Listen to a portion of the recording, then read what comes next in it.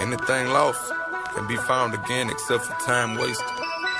A vision without action is merely a dream. It's the action, it's the grind, it's the hustle, it's the persistence. In the car while roaming around, all my thoughts been roaming around. Where I come from like a hole in the ground, feeling me still holding it down. Every car pass by with the music going loud while bumping, roaming around.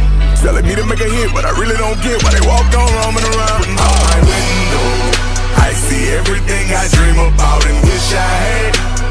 Out my window, I see everything I dream about and wish I had. Hustle, clock it, ticket, ain't no time to kick it. Nothing come from sleeping for a dream. I'm going in, hustle, right, ready. That's my true religion. Nothing come from sleeping for a dream.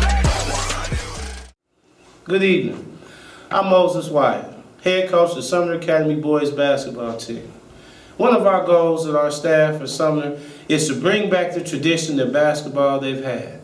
And to do that, the only way we can is to bring back those who started the tradition. We start out one of our alumni spotlights with Neil Watson, 2009 graduate of Sumner Academy. How you doing, Neil? I'm doing fantastic. Good. Great. Happy to be back. Well, man, first, just thank you. We appreciate your time coming back to speak with us. One thing I got to ask you, I got to start off asking you, just tell us what you have going on now. We won't even start with back. We're going to start now. Right now, I'm getting ready to head over to England Friday to start my first season as a professional. I'll be playing with the Leicester Riders in the United Kingdom. So right now, just back home, working out, trying to stay fit, keep myself ready for my first professional year. Yeah, well, congratulations on that. I know it's always been a goal to play professional basketball, so attaining that is great. And that's one reason why we chose you as one of our first. Right. You were not so far going from the school and from graduating college, but yet you reached a goal that pretty much everybody wants to be at. But to get to that goal, we had to start here. Right. So can you tell me about the start? Tell me about when you first started at Sumner. First coming to Sumner my freshman year. So you didn't come as an 8th grader? I did. I came So as that's a for freshman. all those listening. You don't have to be an 8th grader to get here. You can come as freshman. I was definitely class Eisenhower for everybody out there. Well, won't hold that against you. Well, definitely Eisenhower. But definitely started with Sumner. Ended up playing varsity my sophomore year. Played a lot of the bench my junior year or my freshman year for JV. So I didn't really make the varsity squad right out, but I played my sophomore year with Randy Springs, and then my junior and senior year with Daniel Parra. We did some pretty good things. Never as good as that 2010-2011 team that won the state championships back to back, but definitely the career started here at Sumner Academy. Good. You mentioned starting off playing varsity under Randy Springs. So that's what you started your Sumner basketball career. But talk a little bit about that. He is someone that's very dear to my heart. Right. He was my mentor in basketball. I got my start here at Sumner Academy in 1997 under him. So talk a little bit about playing for Randy Springs. Definitely a disciplinarian.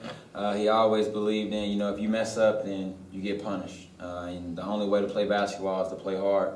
And if you're not playing hard, then you're sitting on the bench. Or if you're not taking care of your classwork, then you're sitting on the bench. And he was a firm believer in that. And definitely brought, high intensity. And, just really got guys to play for him and brought out the best in a lot of players. Now, I've asked everyone this that I know that played for Springs. Give me your best Springs impersonation. Oh. I have mine. You want to hear mine first? Hear yours. Okay, mine first is, I was here and I was sitting on the bench. It was my first basketball game as an assistant coach. And I come from AAU coaching, and so I'm kind of nervous a little bit because this is Randy Springs. Yeah. At this time, he's a 4-time state championship. And what he told me when I was interviewing for the job, he said, I can only have coaches that make me as good as I want to be. Right. I'm a 4-time state champion. So that's the first thing he tells me in the interview, and I'm like, man, okay, so I'm a little nervous on the sideline. And we go the whole first quarter, and I haven't said a word. I got my clipboard because I'm supposed to keep fouls and timeouts. So I got my clipboard and I'm doing that. You know what I mean?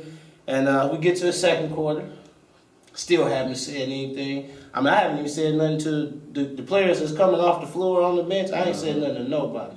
I'm just soaking everything up, listening to him. And so we get to halftime, and as we walking down the stairs, he says, Mo, what do I need an assistant coach for if he don't speak? Okay. And then walks up. And I'm like, okay.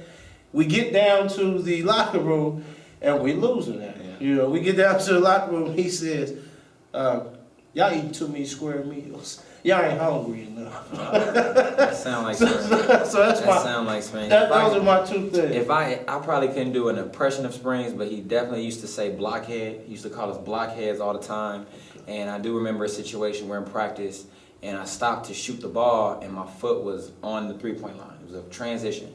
And he stops practice, and he looked at me and said, threes are better than two. He said, 3 is better than 2. So if you're going to shoot the 3, then step back and shoot the 3. Don't shoot a long 2, because I'm going to take you out. Right. I was like, okay. Then, and ever since then, I kind of just gone with it. So I've always gone for the three-pointer versus the 2-pointer. Okay. So you get your 3 balls mixed up with your 2 balls. Yeah. Okay. We going for 3s all the time. Yeah, okay. We're going for it. And that's something that a lot of young players don't realize. Right. One of the worst shots in basketball is that long 2. Long 2, yeah. You know, we'd rather get a layup, or if you're going to shoot the jump shot, go ahead and shoot it. Definitely. Now, to shoot a lot of 3s, you have to do.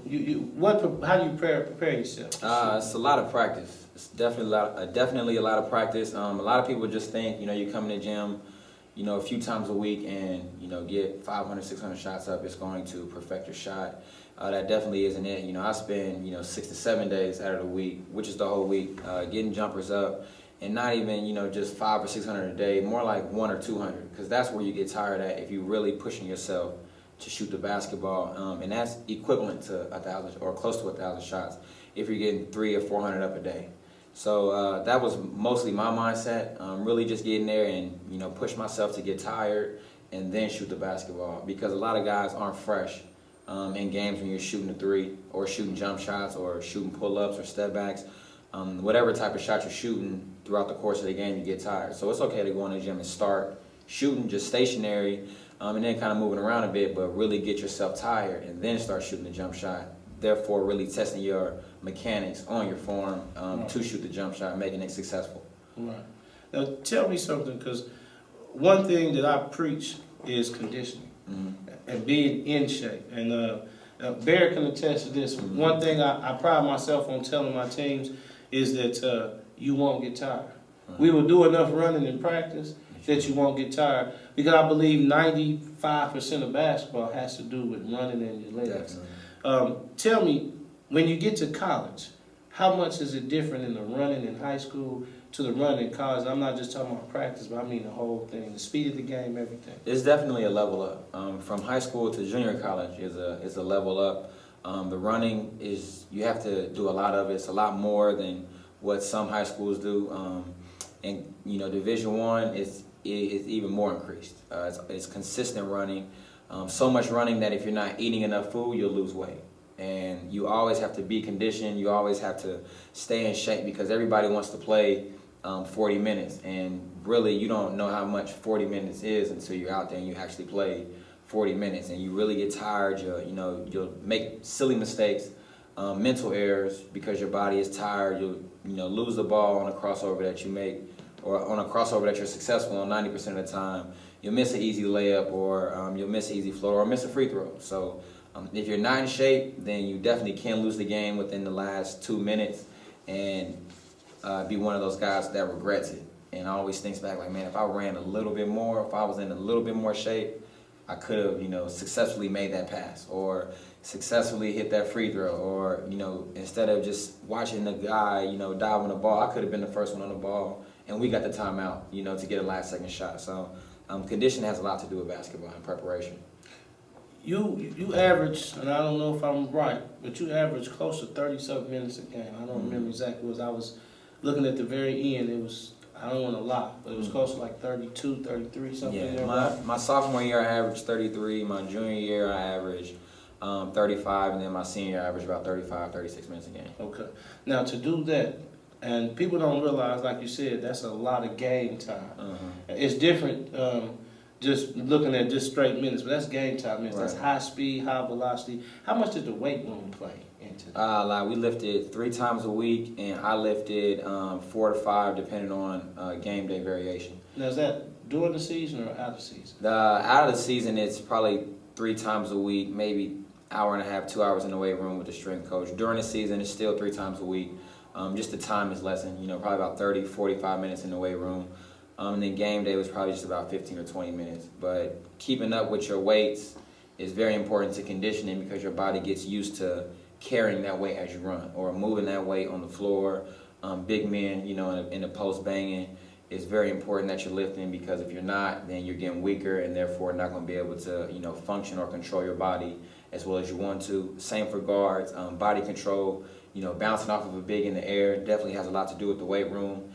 If you're too light, then you can't really control where you're trying to go. And if you're too heavy, you're not going to be able to get as high off the ground as you want to. So weight room plays a very important part. Leanness, toneness, muscle, fat, all of that plays a huge part at the college level. Neil, we know that you have had a lot of success in your basketball career. But let's talk a little bit about the adversity. A lot of people don't know about the adversity, and sometimes from where we're from, adversity seems to have people go the other way. Mm-hmm. Let's talk about fresh out of high school. You went to a Division I school in Toledo. Right. Talk about the experience there. It was a different experience. I experienced what a lot of freshmen, junior college, guys would get here. I experienced what they experienced, which was the redshirt year. And during the redshirt year, it was just a whole rebuilding year. Being able to practice with the guys wasn't the same as traveling and participating in games with them. Still really felt left out because I wasn't necessarily a part of the team in the sense that I couldn't play. Now I could practice and lift weights and motivate guys, but when it came down to the lights coming on, I wasn't out there on the court. So that always can get a guy down. And then after that year, I'm expecting to play.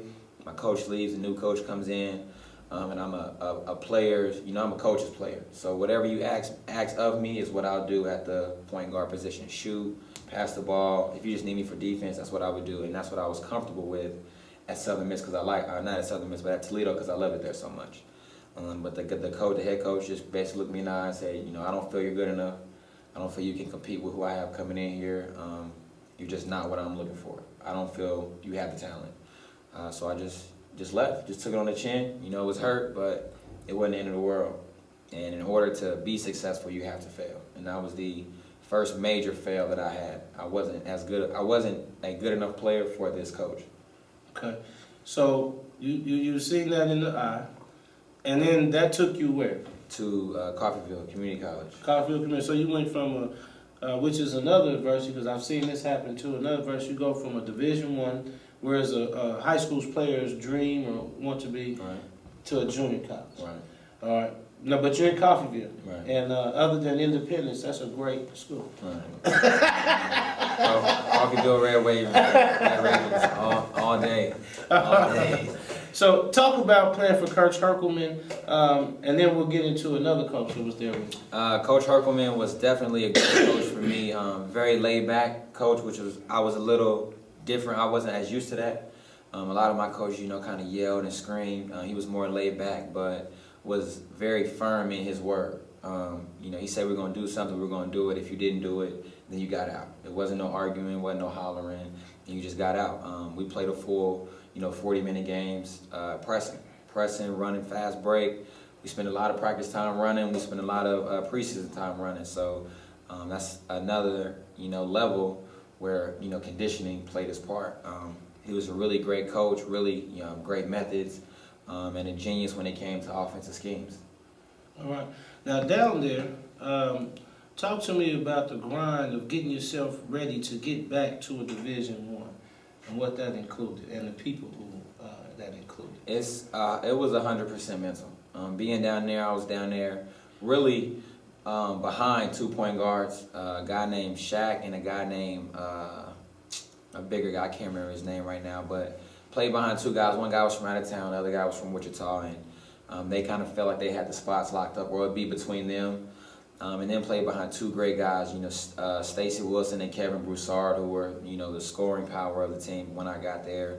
And it was all mental. Everybody's trying to get to the Division I level from junior college, and it takes a strong person to bring a team like that, so many wondering minds, to play team basketball, which is what we end up doing with a small lineup, with our biggest guy being 6'5" in the post.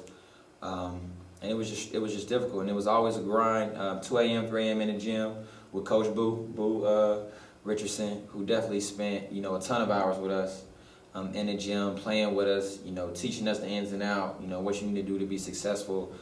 Me personally, being a point guard, I spent a lot of hours with Boo. In practice, out of practice, before practice. We do extra weight room, we do extra running. He was a major key for me getting out of Coffeyville successful. Now, Coffeyville led you to Southern Miss. Right. Now you're coming to Southern Miss, and for those who don't know, you were able to go to Southern Mississippi and have 3 years Right. Of eligibility to play. Right. Talk about the transition from Coffeyville to Southern Miss. It was a different level. It was a different level speed-wise and physicality. And it was another form of adversity, being 5'10" on a team where the shortest guy was 6'1", and having to come in there and try to be able to lead as a point guard with, I think, 4 seniors that year or 3 seniors that year was difficult. And the guy in front of me was a senior. The starting point guard was a senior. Starting 2 guard was a junior, but could variation from the 1 to the 2. And these guys were different. They didn't really believe in team basketball. It was more of, I'm going to get mine. I'm trying to get a bucket. Give me the ball. I'm getting a bucket. It wasn't really about defense, which really confused me because that's what I'm coming from my junior college. You play defense, and then we share the ball. The best option gets the shot. And these guys were all about create your own shot. And I was kind of shook. I didn't want to be there at first. I called my dad and was like, hey, I got to get out of here. These dudes not passing the ball. They tripping. I can't even be the point guard. They got me running the wing. Man, I don't like it here. And the guy who was really handling the ball a lot was 6'11", 6'9". So I'm like, dude, I'm never going to get to do anything here. Like, this is kind of a bad choice. But end up turning around. And it was a lot of adversity. It's just two different levels, and it's 2 different mindsets. Now, you talk a lot about the mental aspect with it. Explain to me, because I know this, but other people don't know this, but explain to me how much family plays in mentally preparing you and helping you through this. It plays a major factor because there's always going to be days, and there's going to be multiple days of bad days, where you're going to have a terrible day, where you're going to be feeling down, where you're going to feel sorry for yourself. You're going to feel like nobody has your back, the coach is riding you too hard, or nobody's listening to you if you happen to be a captain. There's always going to be down days. There's always going to be terrible days, and family is the one group of people that's always going to feed you the truth. They're going to feed you, if the coach say you're doing wrong and you don't feel you're doing wrong, where your parents might be, or your auntie, or uncle, grandma, whatever, guardian, big cousin is going to be like, man, shut up and get it done. You're down there for a reason. They're paying for your school. Stop complaining. Get it done. Anything, anytime you want to talk to me, I'm here, but I'm not going to feed you any lies. And when you are having bad days, lies can make you feel better, but won't make you perform better or take you out of that bad habit of what the coach is on your butt for. So family is always going to give it to you honest, which really helped me out. Dad didn't think twice before telling me to shut up. And you just go out there and you got to find a way. Paths ain't meant to be clear. They're always going to have an obstacle on them. So you got to find a way to get through this one. Getting a chance to spend a lot of time with your dad, I've been privileged to hear a few of those conversations. And I've been privileged to sometimes hear, Neil wants to come home. And this is the beginning. Neil wants to come home and get. He don't understand. He's got to fight. You know what I mean? Right. Nobody's gonna give it to him. And this is what he said. I'm sure he's telling you that. Oh yeah. But this is what he's saying. I'm bringing that up to a point for just our young athletes today, not just Sumner, but period. Just young athletes today. That adversity is what actually makes you strong. Adversity would actually rises the level of play for you and brings out the best in you. Definitely. And so that's just an urge because I've seen with you, you come from Toledo. Mm-hmm. Then you said you went to Coffeyville, but you were playing behind two guards. Yeah, they felt I should have played behind. Well, that's what you started off. You're looking at and guys looked play at it, behind. yeah. But what we're getting to is you didn't play behind. Right. Right. You ended up being the starter. Yep, fought through it. Correct. Fought through it and go.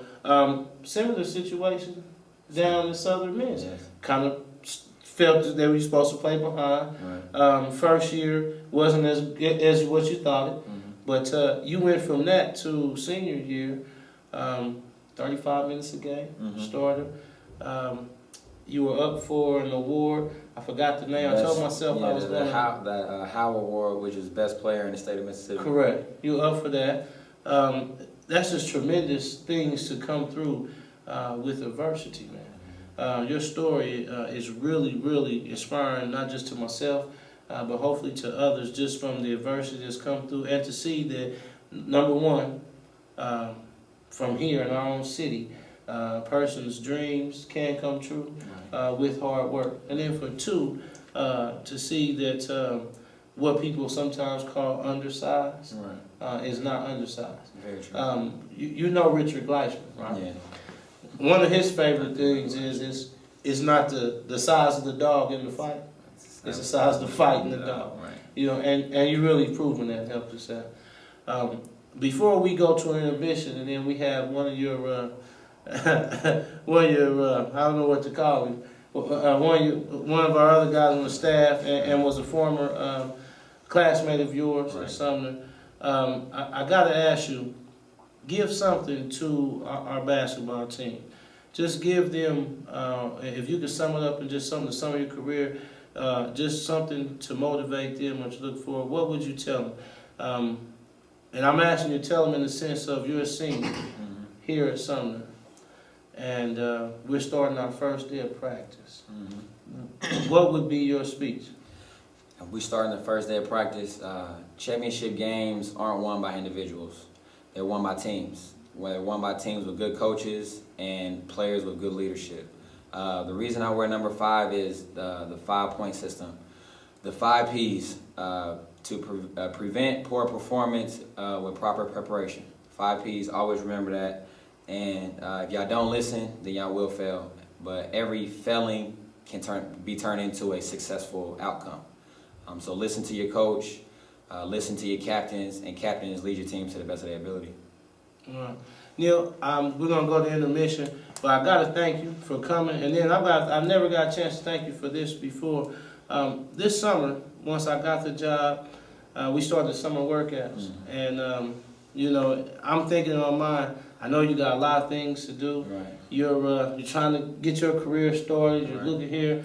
I reached out to you to come back and scrimmage with us, and you did. And that's what I was asking for. But I got more than I was asking for, and I never got to thank you. One of our, who will be one of our leaders, was not really being a leader. Oh, freshman, yeah. Yeah, freshman. Yeah, freshman. And you got on him, you talked to him. You even said, "Mo, let me get him." I got him. I said, "Okay," and I sat back. I let you get him. And 3 or 4 days later, he says to the whole team, you know, "Man, we gotta start acting like me. We doing too much complaining." Neil got on me, and I didn't like it at first, but I had to look in the mirror, and he was right. We gotta start acting like we mean, and not emotional. And that is sometimes what we need. Sometimes as coaches, they hear our voice so many times that some things get tuned out. But to hear it from someone who's been through it, to hear from someone who they look up to and they see where it's going, it means so much to them, and it did for us. And so I didn't get a chance to thank you for that. Yeah. So I appreciate that. No problem. And that's what family is. Yeah. Thank you. We're going to go to intermission for a few minutes, and we'll be right back with Coach Xavier Bass Brooks.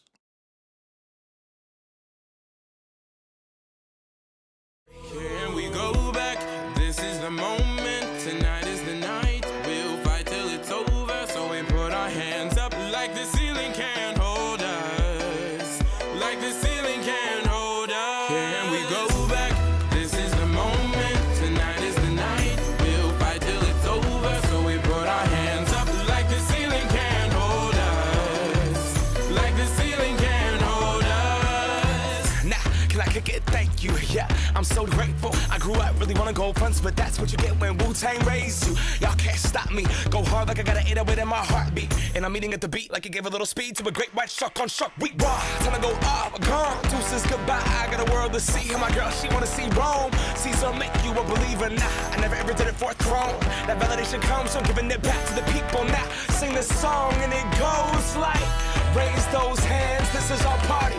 We came here to live life like nobody was watching. I got my city right behind me. If I fall, they got me. Learn from that failure, gain humility, and then we keep marching. And we go back.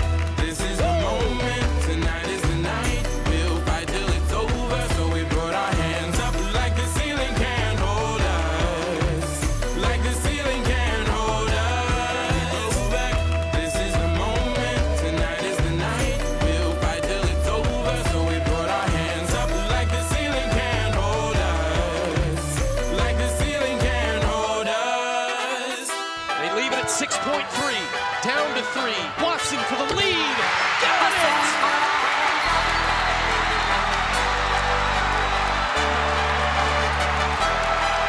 You have got to be kidding me!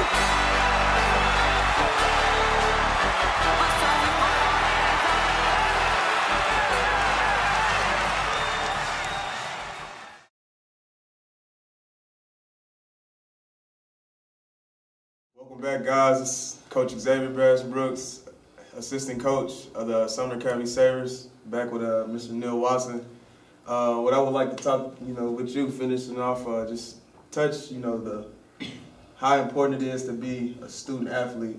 I mean, knowing that, Sumner has a nice ranking and academic-wise, but just, talk about, the academic part.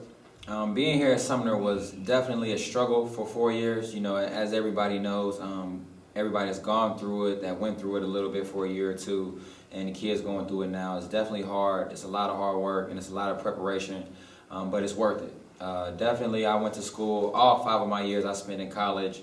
Never really struggled with academics because I had the necessary study habits and study tools that I took from Sumner when I graduated to be successful in college. And college is a lot different. You have a lot more freedom. As a person, you're treated more as an adult. You don't have anybody really telling you have to go to class.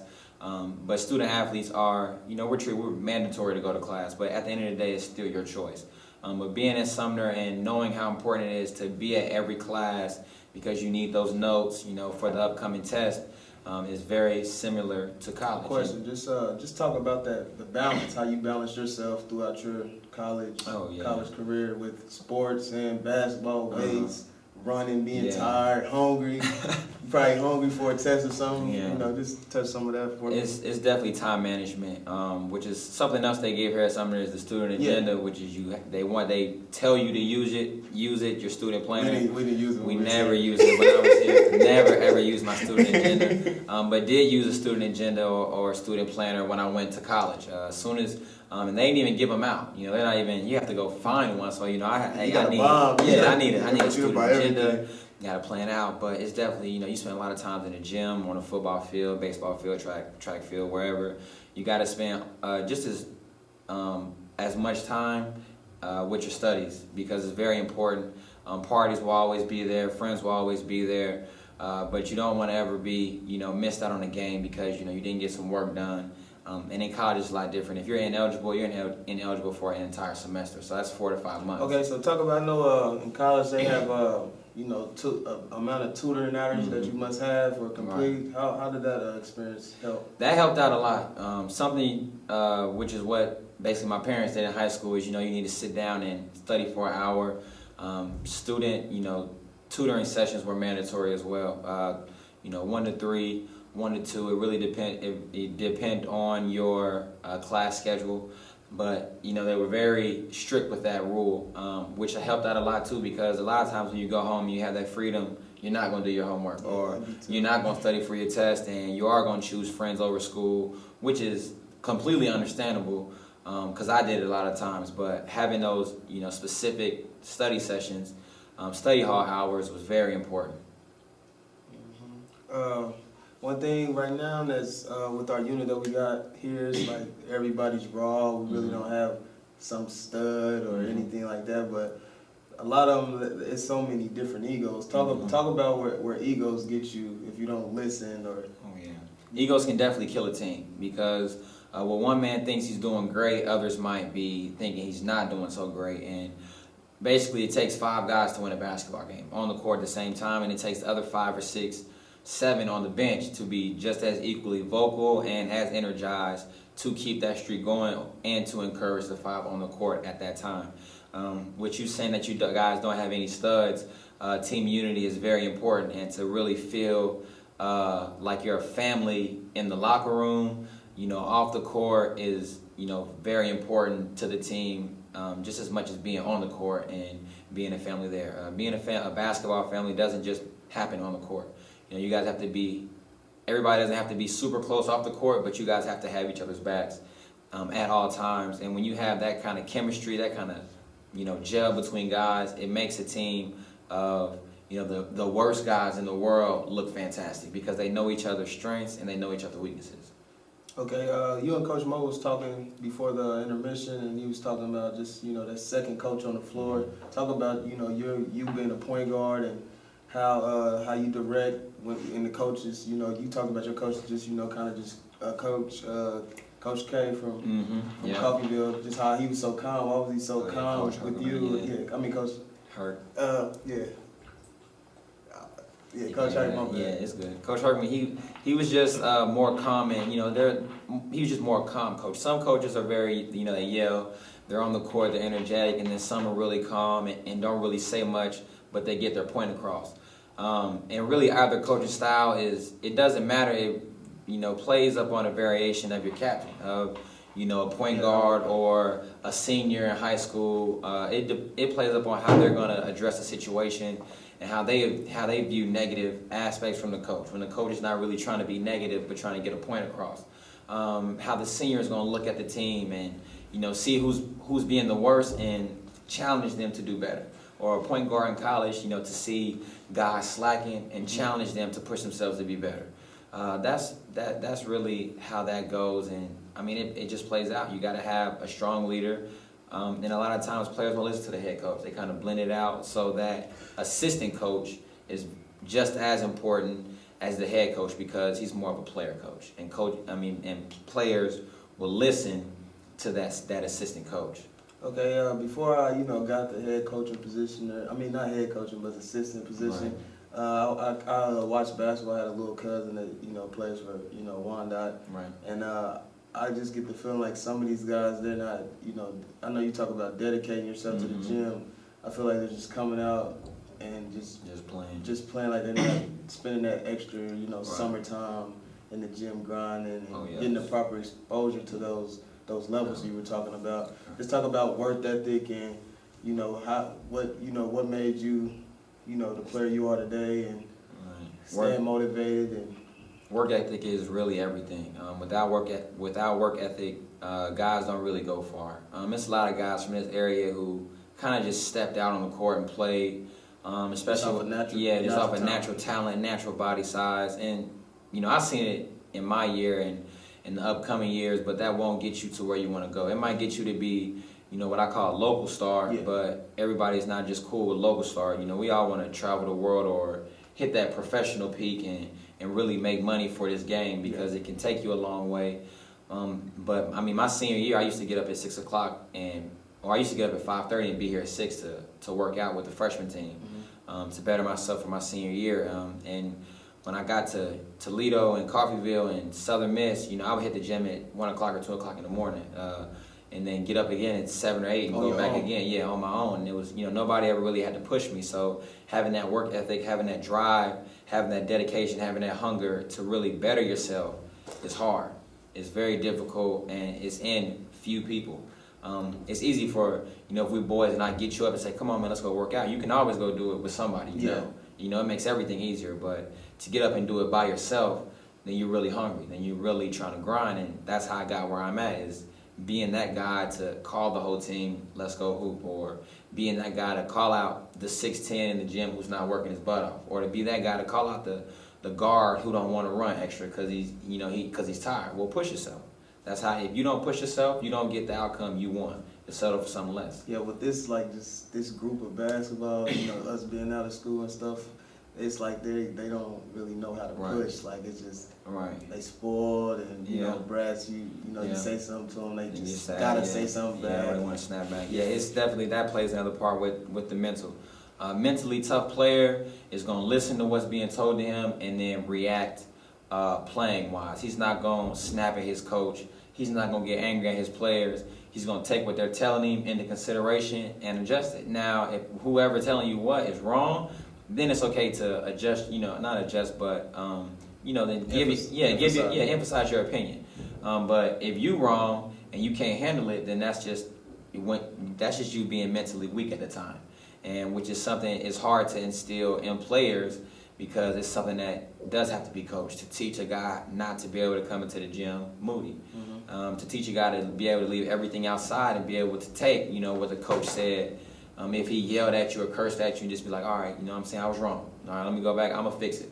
That's my fault. It's hard for a guy to do that. So being mentally tough is one of those things that's always going to be around in every aspect of basketball. I agree. I want to just touch some of just your memorable moments as a Sabre, like just things you'll always remember. It could be school, basketball, whatever. Games you attended. Or let me see. One of my most memorable moments in high school was my senior year, and we played Washington here on our home floor, and I had 33 points. And I remember it was so memorable because there was so much hype behind the game. It was so much trash talk. The gym was filled, and we ended up winning the game. And then another memorable moment is that we actually lost was when Hogan Prep came to Sumner with Marcus Demon. And Marcus ended up dunking on Brian Moore in that game. It was so packed, man. And everybody was just like, not in our gym. Like, no, that can't happen here. But it happened. And two more memorable moments was winning Sub-State, my junior and senior year. And going undefeated in our league, 16-0 for 2 years. I think that was very memorable and just felt great behind it. I would say that is the best I played in a half. I couldn't even believe I was making that many shots, but I was feeling it, so my teammates knew I was feeling it, so they kept coming back to me, so I credit my teammates for it. Actually, I wasn't sure. I wasn't feeling too good. I'm kind of getting over a little asthma problem, so my chest was a little congested. So I was actually kind of shocked to come out and just go off like I did. But the pregame, I felt okay. But I guess in the game, I felt great. This year feels a lot great. We got a lot of tough competitors in this league. Washington and Harmon, they really been putting up some good competition. But the defense just stands out. We show everybody why we try to be number one. So the defense is what is the key to our victory. This is going to be the conclusion of our alumni spotlight with Neil Watson. I want to thank him once again for coming out, and stay tuned for our next spotlight. And we about to go upstairs to get this one-on-one action. I'm probably going to just, beat up on him a little bit.